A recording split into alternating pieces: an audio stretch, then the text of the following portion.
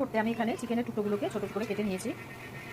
একটা boneless chicken নিয়ে নিই, হাড় রয়েছে হালকা, আর এটা আদা আর গোলমরিচ নিলাম, লেবুর রস দিয়ে দিলাম, একটু সুজিটা দিলে একটু মুচমুচে হয়, চালের গুঁড়ো দিলাম, আর একে একে এই একটু জিরের গুঁড়ো, লঙ্কার গুঁড়ো সবই দেবো।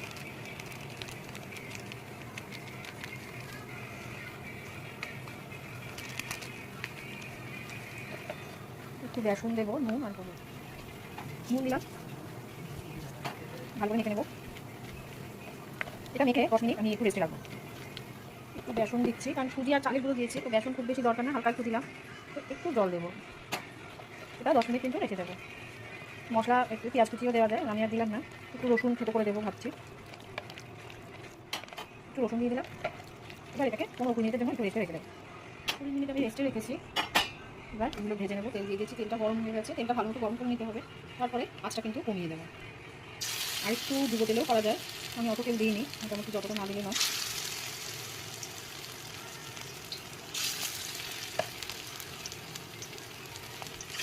চালের গুঁড়ো সুজি দিয়েছি, এমনিতেই ক্রিস্পি হবে।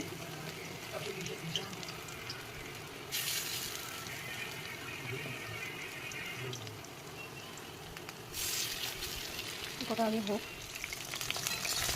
এবার একদিকটা হয়ে গেছে, আরেক দিকটা উল্টে নিচ্ছি।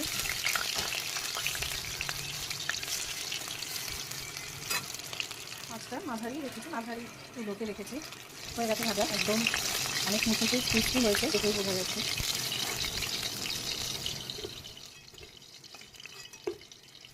বাকিগুলো ভেজে নিই।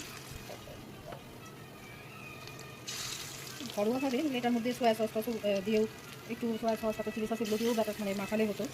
তো আমি এভাবেই একদম হালকাভাবে সাধারণ মশলায় এটা করলাম, তাতে কিন্তু খারাপ লাগে না।